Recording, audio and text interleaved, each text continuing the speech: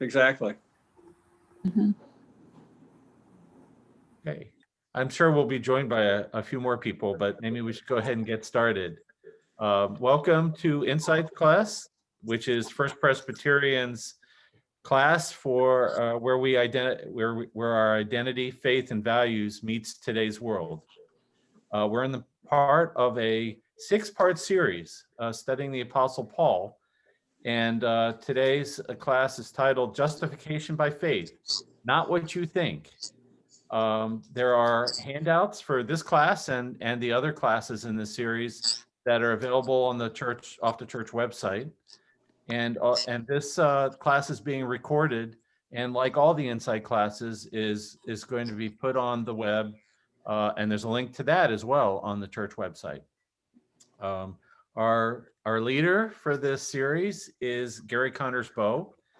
And as opposed to, I don't want to give an introduction to Gary every week of the series. So each week presenting a Gary fun fact.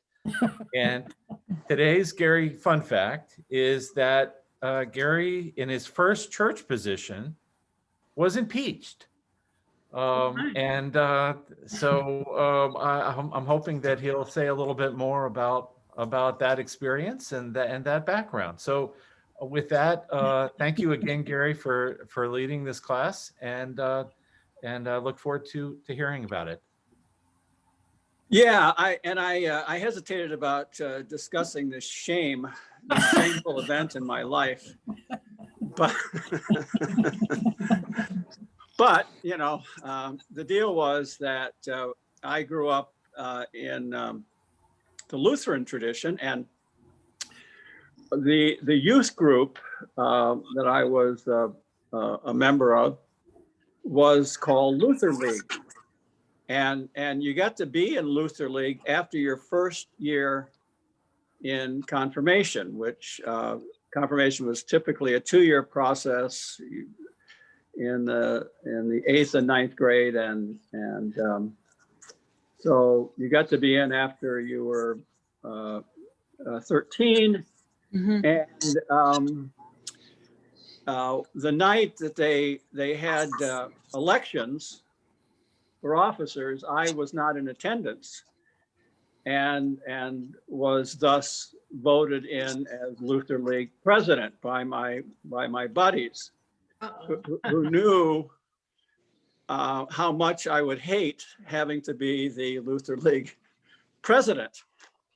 And I when I found out, I wanted to resign, but my parents thought it was such a great honor that they thought, well, he's going to follow in the footsteps of his great uncle Frankie, who was a Lutheran pastor, that they refused to allow me to resign.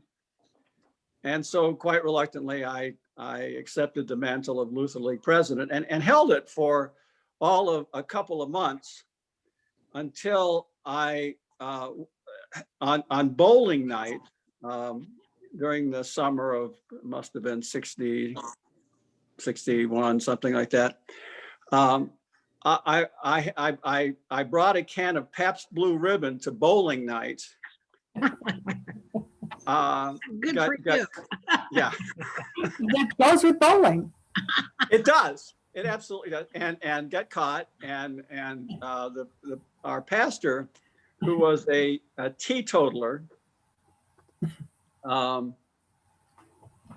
decided that I was not in the right spot. He had wanted his daughter. He was disappointed that his daughter had not been elected Luther League president, and so I was out, she was in, and thus my shame. So that's the story, and it works into. Oh, I have to tell you this too. I'm gonna, if you haven't seen the handout, I'm gonna, because it was a kind of a screw up with the with the advertising of this class, I'm gonna pretty strictly follow the handout that was attached, and I'm hoping that will allow us to get through the material for the first time that I wanted to deal with. But part of our confirmation process was when we were confirmed, we got a Bible in the front of which the pastor penned what was called our confirmation verse. And typically these verses were, I mean, he recycled them, and they included John 3:16, for God so loved the world, and blessed are the peacemakers, the Great Commission, go ye therefore into all the world. Mine, as it turns out, was from Romans 13, that part about be subject to the governing authorities. Because I had some issues with that. Which leads me in then to the topic justification by faith, which in the handout that I sent includes this Hey, paraphrasing of, yeah. Hey, Gary, Yeah. Can I interrupt you for just a second? There's a little bit of static coming from people. If they could mute themselves, and then when they want to talk, they could unmute themselves. That would be great if you know how to do that. So if you could do that while Gary's talking, that'd be really helpful. Thanks, Gary.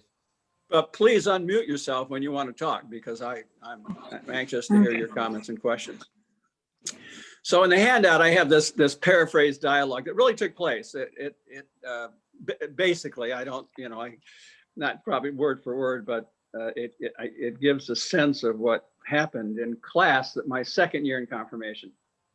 So I'll just go ahead and read this. Pastor Christensen, my Luther League, or my Lutheran confirmation pastor. So class, in Martin Luther's day, the word justification referred to what a printer did when setting up individual blocks of type. He made sure that on the left side of the press, all of the type was aligned vertically, so that on the printed page, each first letter of each line was directly below the one above it. And thus, to be justified meant to be in the right place. To be justified in the biblical sense then means to be in the right place with God. And how do you get to be in the right place with God, you might ask? Well, we get our answer from St. Paul in Romans, who writes that we are justified by faith. That is to say, by believing that Jesus is the Son of God, that he was born of a virgin, that he was crucified, that he died, was buried, but rose from the dead on Easter. And we also must believe in the mystery of the triune God and in the inerrancy of Scripture. Belief, he went on to say, and not good works, as the Catholics and the Methodists think. And by the way, there's a typo here. The word "not" should not be there. But so belief and not good works, as the Catholics and the Methodists think, he said, is the way into heaven. So then there's me then as a 14-year-old total smartass who really despised confirmation every Saturday morning during the school year for 2 whole years. And I said, yeah, but we learned in school that the Gutenberg guy didn't invent the printing press until 1400 years after Paul was dead. So and then the pastor didn't respond immediately, but I do recall him turning red, staring daggers at me. And so I went on. And if I believe all that, then why do I have to go to confirmation class? I mean, since by believing it, I get to go to heaven. I mean, so what's the point of all of this? Gesturing to the classroom, the Bibles, the copies of Luther's small catechism, etc. And the pastor, still no response, but more redness, more looks that could kill, because he and I had a history. And another thing I went on to say, but then he cut me off and said, all right, that's quite enough. You're here, Mr. Boe, to deepen your belief so that your belief will result in your being a better Christian, which, after bringing that can of beer to Luther League bowling night this summer, suggests that you desperately need to become. And then there's me. Yeah, I know, but you're telling us that better Christian or worse Christian doesn't matter. Better, worse, best, slightly better than worse, slightly worse than best. I mean, none of that matters if all we need to do is say, sure, why not? some stuff that sounds crazy, like 3 but 1, 1 but, well, really 3. I mean, okay, I'll believe it. I'll bring beer to Luther League and believe it, which means, what difference does it make? I'm still in with God. And then Pastor Christian said, okay, that's it. You're totally out of line. Go sit outside and tell your dad when he comes to pick you up that I need to have a word with him. Me then, oh, great. So being out of line, but believing is okay with God, but not with you, huh? Yeah, that makes a lot of sense. And then I add parenthetically, he also didn't like me because his daughter and I were kind of an item. And then he yelled, go. And all of that is how in the fall of 1961, I ended up being grounded for a month. So years later, against all odds, and that's another story, I became a seminary student. And this is what I learned about that phrase, justification by faith. But to understand that, you have to have some background. Hebrew scripture tells us that because of the harmful ways that over time we human beings have come to live among one another, harmful ways characterized by, and then I've got some bullet points here in the handout, characterized by the use of violence to solve problems, distrust of people different than ourselves, misogyny, the inequitable distribution of goods and resources of the earth, a tendency to regard others as less as potential friends and more as competitors, the victory over which can increase a person's status, a failure to give full allegiance to our Creator, who is at odds with all of the above, with violence, prejudice, misogyny, inequity, and status seeking. Because of this, God made a promise to Abraham, and then in subsequent years would repeat and expand upon that promise to several generations of prophets. And God's promise went something like this, and this would be the expanded version of God's promise, made first to Abraham and then, as I said, later to other of his prophets. I am going to begin a process, starting with you, Abraham, that many years from now will result in the entire world being a very different, much happier, much more livable place. In this new world that I am planning, human beings will be friends with each other, principally because they will all know and be friends with me. There will be an end to wars and to all strategies involving violence. Everyone will have enough to eat, a good home to live in, and everyone will feel respected and loved. Greed, envy, and other hurtful behaviors that are born of fear, mostly, fear fundamentally of the ever-looming specter of death, will be overcome, because death itself will be overcome. And how, you ask, will I accomplish all of this? Well, with you and your offspring partnering with me on the advance work that I will finally accomplish myself in person, up close and personal, when the time is right. So stay tuned. And that, in paraphrasing, is God's promise. Well, eventually, through a couple of the books of Moses, and I'm thinking of Leviticus and Deuteronomy, the quote unquote partnering with me advance work was fleshed out. Abraham's descendants, a family of people that in time became numerous enough to achieve, with God's help, nation status, was to be the agent, advocate, and exemplar of Yahweh until such time as God acted directly.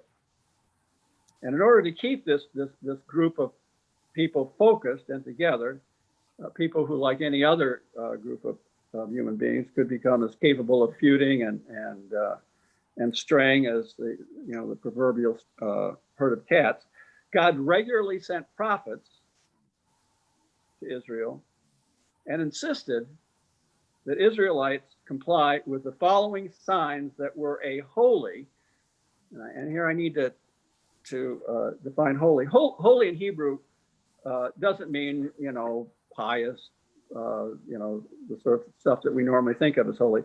In Hebrew, it simply means set apart for a certain task, okay?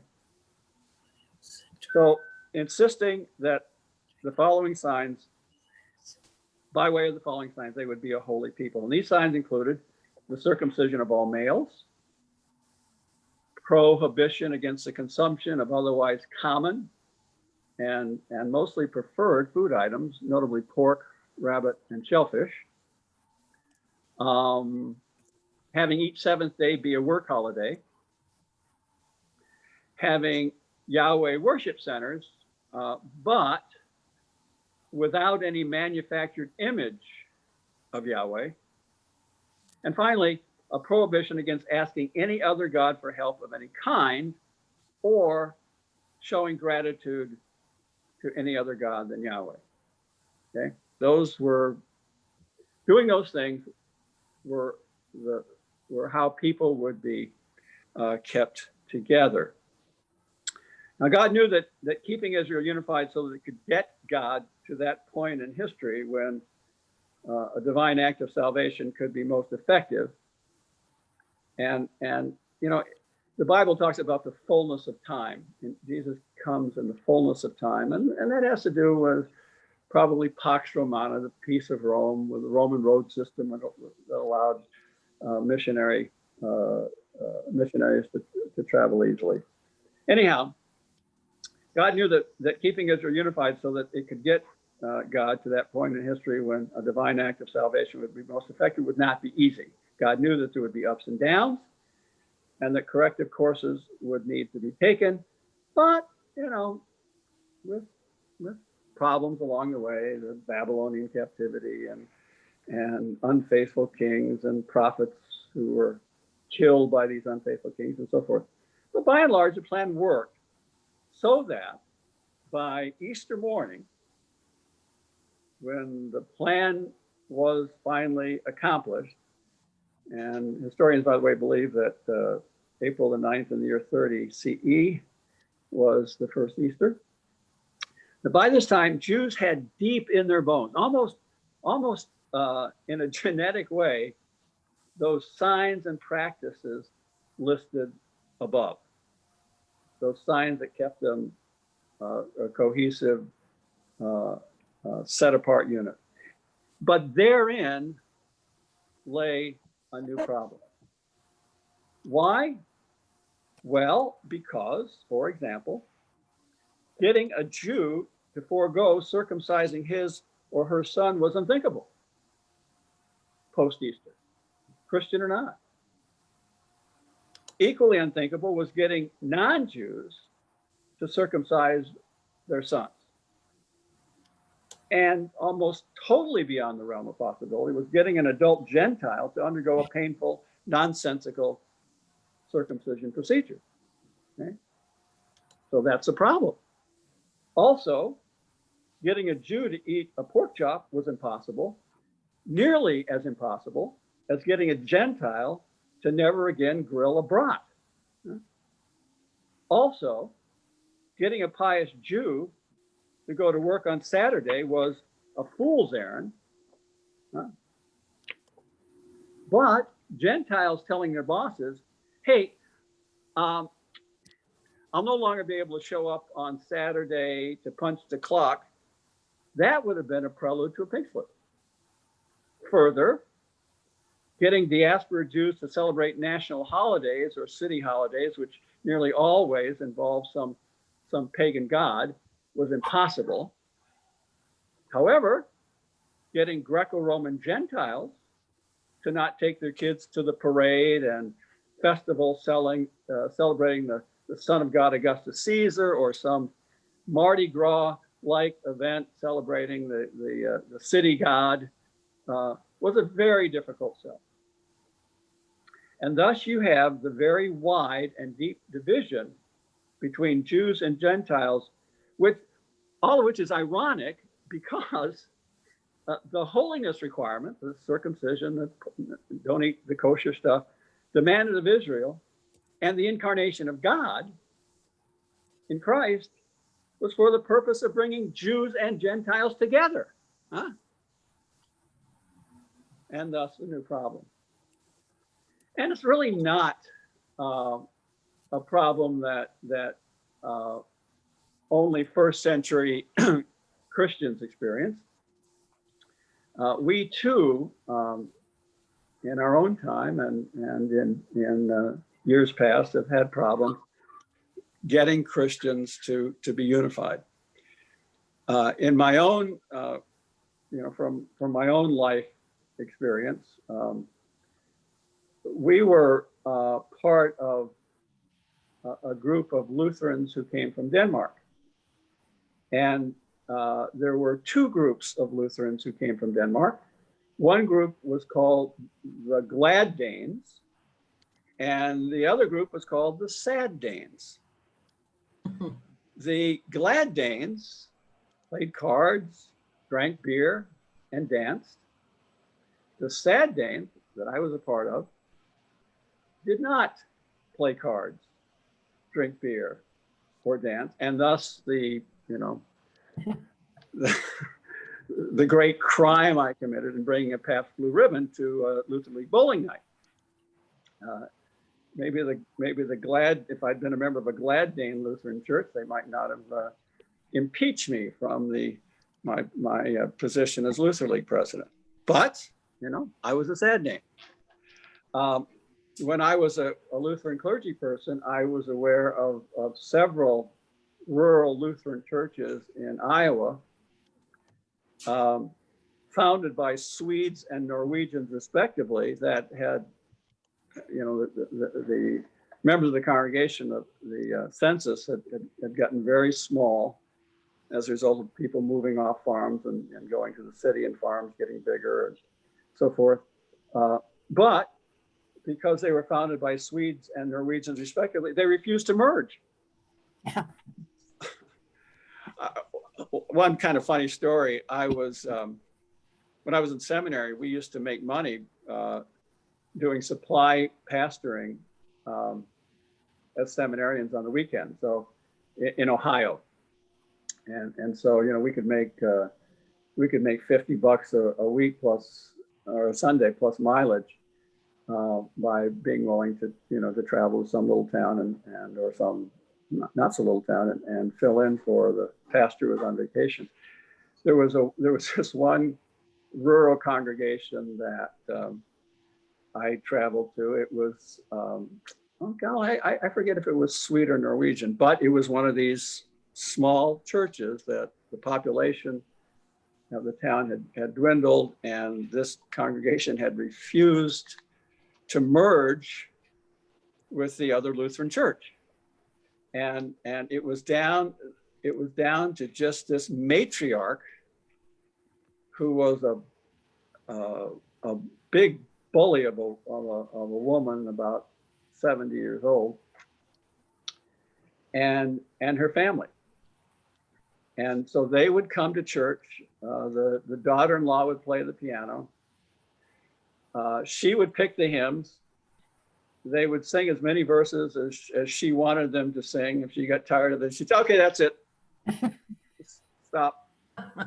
And then the young seminary me in this case, would get up to preach, and she would listen for as long as she wanted to.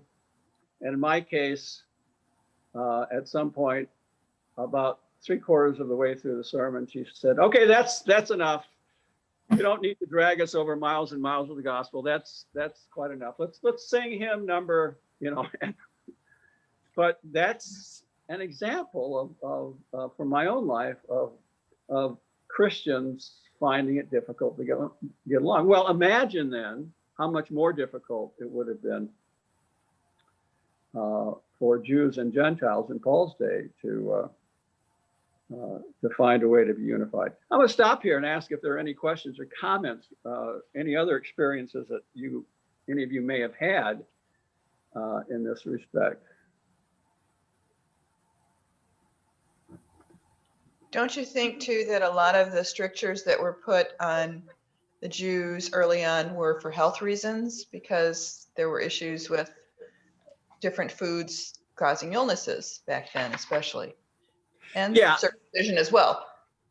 Yeah, yeah. I think that it's a little bit more complicated than I've detailed. But the point was that people in the first century would not have known about that. They would not have refused to eat shellfish, for example, because it might be a source of hepatitis or something of that sort. They would have not eaten it because of what they believed God had commanded them to do or not do. But that's a good point, Cynthia. All right, well, then I'll move on. So we've got this big problem, and enter Paul. Paul, who as a scripture prodigy knew what God had promised Abraham and understood God's plan and vision. And he knew what the plan was supposed to be. Paul, who had lived most of his life outside of Israel in the Gentile world, and who likely had many Gentile acquaintances and perhaps even friends. Paul, who was aware that there were many Gentiles known as God-fearers, who loved what they knew of Yahweh, his ethical vision, his much more profound being than those silly beings of the Homeric gods, and who frequented and supported financially the Astra synagogues. This Paul was the one who finally decided to forcefully advocate for allowing God's plan to get legs by, and then I've got some more bullet points in the handout. First of all, allowing Gentiles into the family without the males having to become circumcised. And that, from the get-go, post-Easter, was not what was supposed to happen from the point of view of the Christian Jews in the Jerusalem church, Peter and James and the other of the disciples. But Paul said, no, we got to let them in. If we insist that they have to be circumcised, they're not going to come with us. Also, by permitting Jews to celebrate their long and historical role in helping Gentiles enjoy the family by maintaining their tradition. So if you're Jewish, Paul said, fine, circumcise your kids, don't eat pork. In this way, you can celebrate the fact that God chose you to be part of the plan by which your Gentile neighbors, could be part of the family. But these Gentiles, they weren't a part of that plan. They were the object of that plan, and so they don't need to do all that stuff. Also, by insisting that, as Jesus says, it's not what goes into the body that's defiling, but what comes out of it. And that is to say, Gentiles, pork eating is not a deal breaker. And Jewish people, remember what Jesus said, what goes in does not defile, it's what comes out. So, cut these pork eaters a break who want to be part of us and our cause by insisting that Gentiles, as a sign that God is the only God and that God's teaching by way of the incarnation of Jesus is worthy of ultimate allegiance, not participate in the idolatrous festivals and civic events, of which there were many. So Gentiles catch a break with regard to circumcision and kosher stuff, but hey, listen, if you're going to be part of the family, you've got to be faithful. You've got to give your absolute allegiance to the God revealed in Christ, which means that you don't take your kids to the parade that's celebrating the God Caesar Augustus or the God who is the God of the city or whomever. Okay. And finally, that whether a member of the family of God in Christ is a Jew or a Greek, a male or female, a slave or a non-slave, everybody needs to show love and respect for one another. And that includes showing respect for the sensibilities of Christians with pieties different than their own. So, for example, if you're a Gentile Christian and you invite a Jewish Christian to have dinner with you, don't serve pork ribs, huh? Be sensitive to their, their own pieties. Okay? That was Paul's plan. Okay? And it met some resistance at first, but it finally won over the leaders of the church in Jerusalem, Peter and James and John and the rest. So all of that then is the necessary background that one must have in order to understand justification by faith properly, in a way that my confirmation pastor clearly did not. So the occasion for Paul writing a letter to the perhaps several Christian synagogues and or house churches in Rome was to announce his plan to visit Rome, but more importantly, to address the reports and rumors of conflict among the various factions or elements in that Roman Christian mosaic. And these factions included, of course, Jews who had become Christian and continued to abide by Jewish holiness laws, Jews who had become Christians who are now maybe lax in keeping the Jewish holiness laws. They were circumcising their kids, but what the hey, they're having a brat every now and again. Gentiles who had joined the family and who had adopted some of the Jewish holiness laws. Maybe Gentiles says, well, I don't want to be circumcised, but I'm going to eat a brat. And then Gentiles who had joined the family and except for the prohibition against idolatry, had adopted none of the Jewish holiness laws. So this was a tricky business, getting these four factions together. I mean, it was much trickier than getting Norwegians and Swedish Lutherans together. And Paul decided that he needed to use all of his rhetorical skills to bring unity to this important corner of the Christian world. This was the center of the world, Rome. If things go well in Rome, the missionary effort throughout the rest of the world will be much easier. And so here's what he does. After what must have taken some considerable thought, he doesn't just dash off his letter to the Romans. Probably takes a week, maybe a month, to compose. And those in my Paul class that I taught during most of the last half of last year understand how that all worked. But since each faction was thinking more highly of itself than others, something that he had inveighed against in his letter to the Philippians, where he writes, don't do anything for selfish purposes, but with humility think of others as better than yourselves. In Rome, people were thinking of themselves as better than others. Paul decided to declare a pox on all of their houses. This was a rhetorical device, okay? Since people are saying, hey, I'm better than you because I'm kosher, or I'm better than you because I'm not kosher, whatever. Paul says, I'm going to declare a pox on all their houses.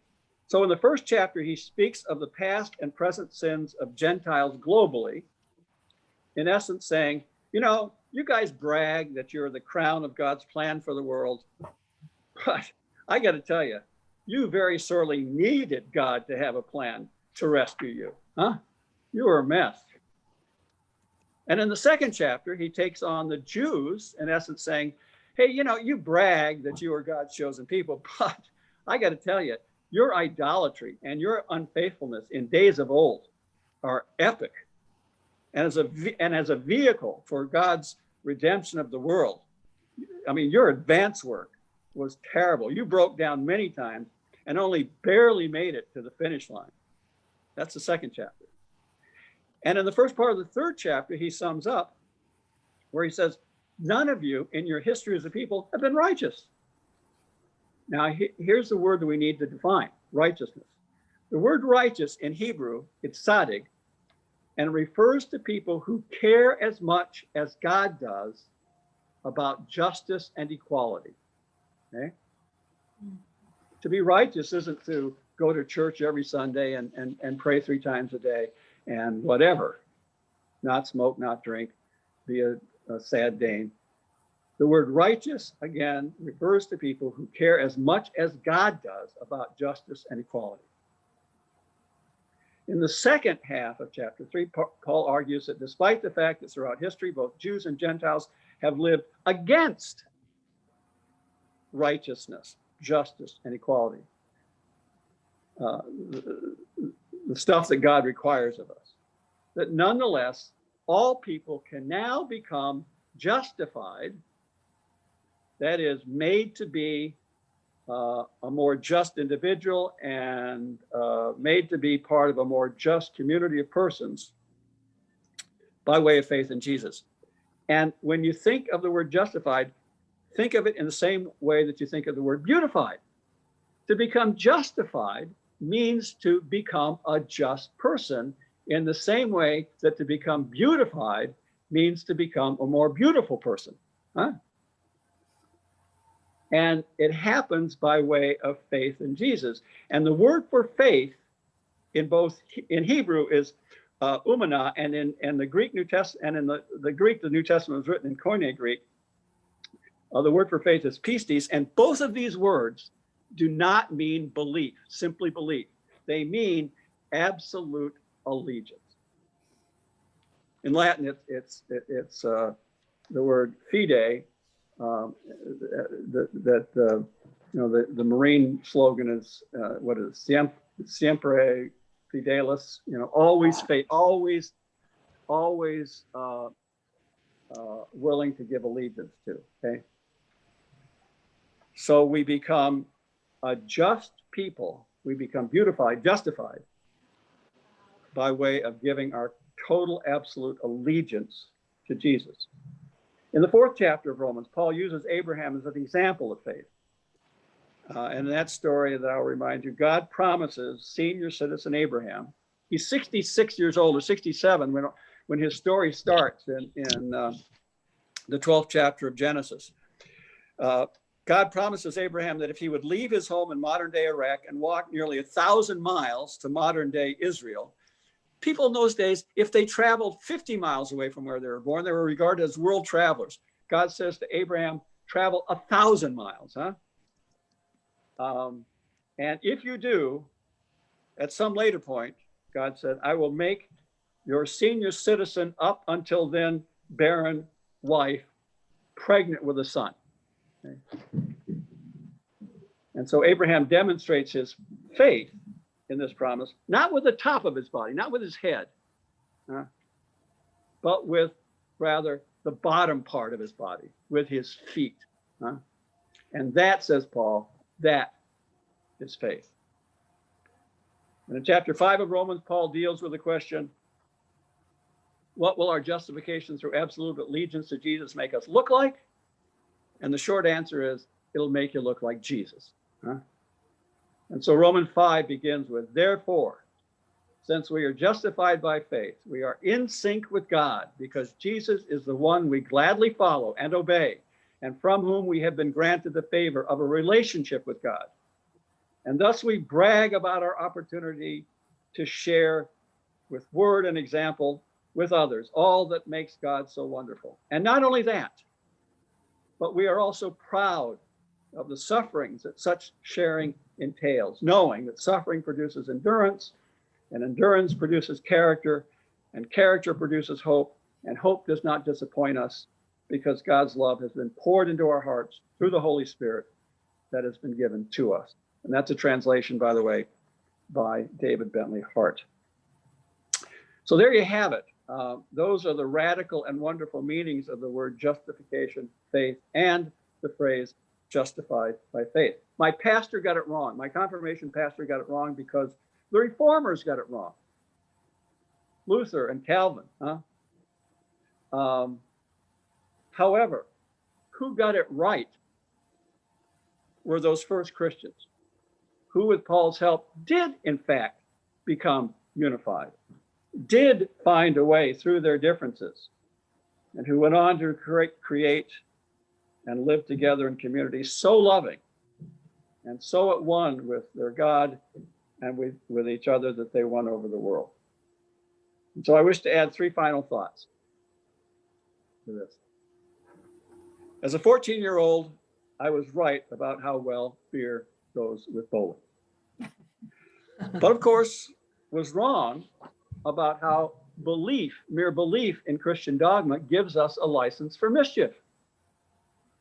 And I also want to say that while in the opening chapters of Romans, Paul, for rhetorical effect, to win his argument, paints a bleak picture of humankind, his true feelings were much more positive.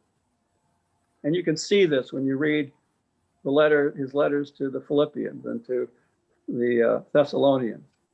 Indeed, with Jesus, his Lord, Paul was hugely optimistic about the human prospect.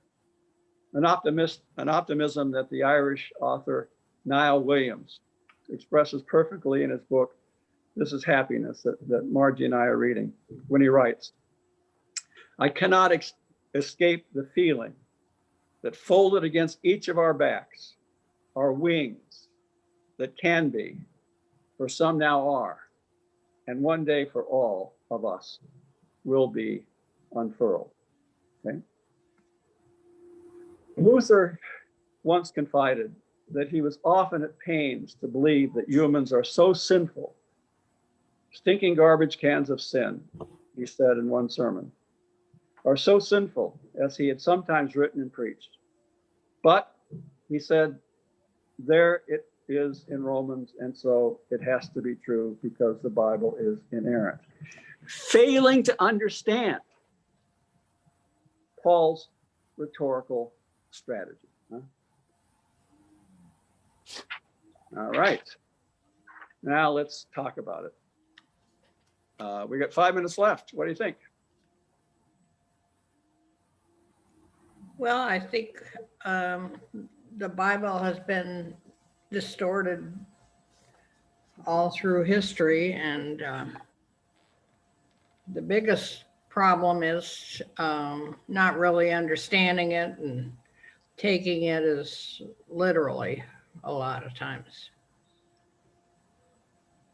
Yep.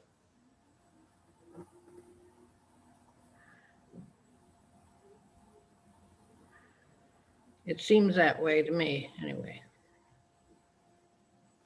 And everybody seems to have their own agenda. I don't know. To follow up on that, I agree with but the agenda, and I'm speaking as several of you've heard me say, you know, growing up in Southern Baptist circles, and you know, ditched that about 10 years ago. I think that but it wasn't just Southern Baptist. Before that, there was a long history of white men trying to control the world by having these rules that they, you know, they're inerrant thought of the Bible and so forth. I mean, that's a woman saying that, but I believe that there's a lot of that. You go back and so many of the things that are about women and their place in the church. I mean, from the Catholic Church to any Protestant church, it is because of a power thing, right? Yep.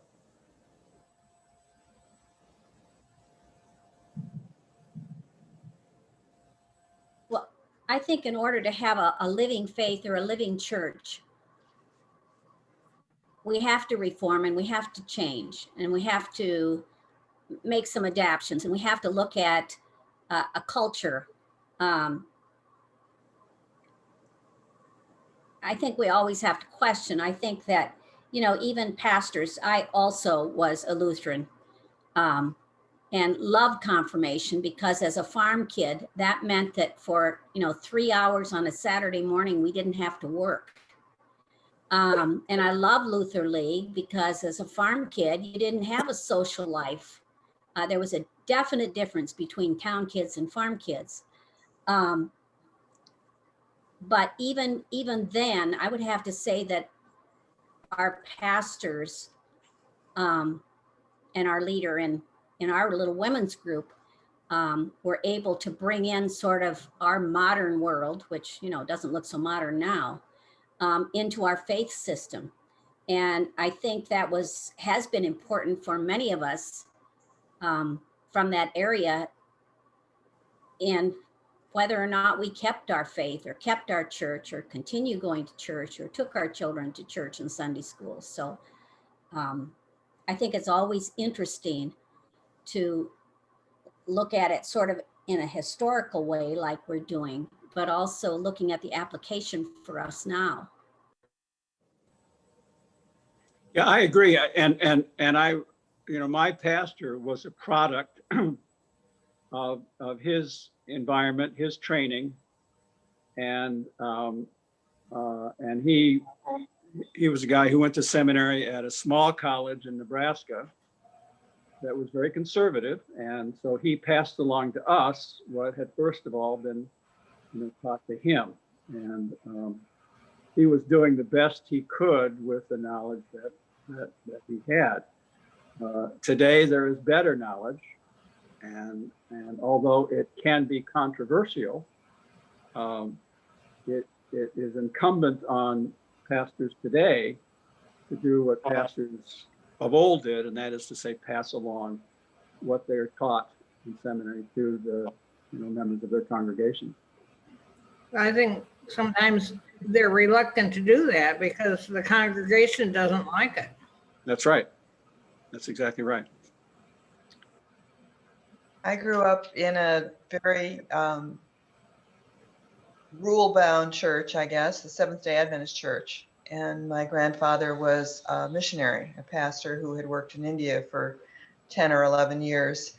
I left the church after college feeling that the things they were emphasizing, you know, what we ate or drank or whatever, was so much less important than so many other things that I believed. And my whole family followed me, except for my grandparents were gone by that time. But when I look back on his life in India, he was a very tolerant person. He had people helping with his family, working with his family, living on his property, who were Muslim and Hindu and were respected members of their family, essentially. And I grew up with that kind of tolerance, I guess, in addition to the rules about what you ate and drank and when you worshiped.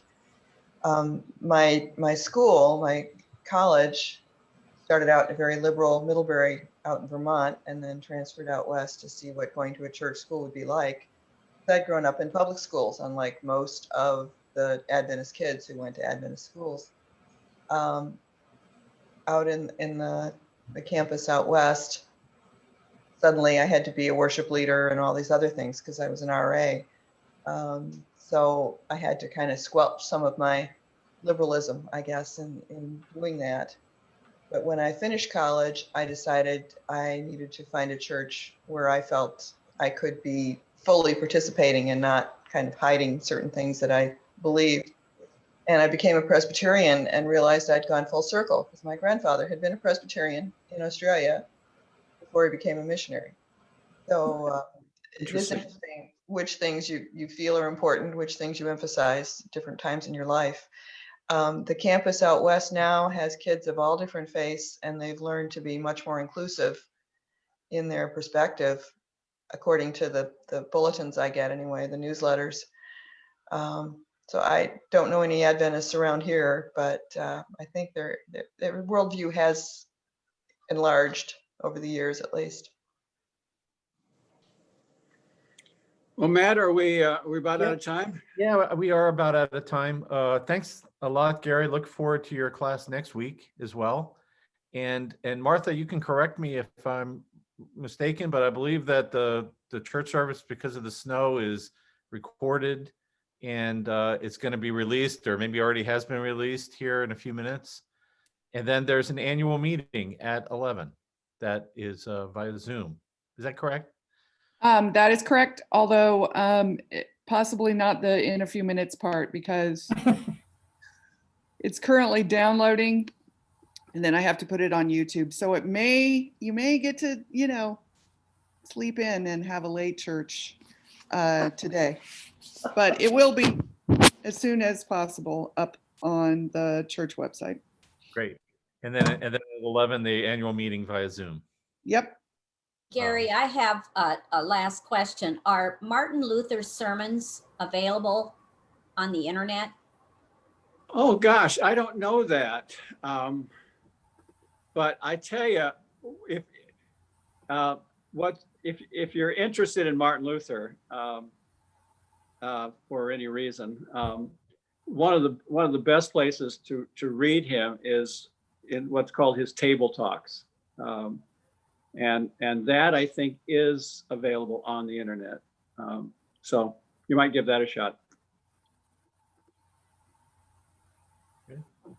Hey, well, thanks again, Gary, and we'll see you later today and next week.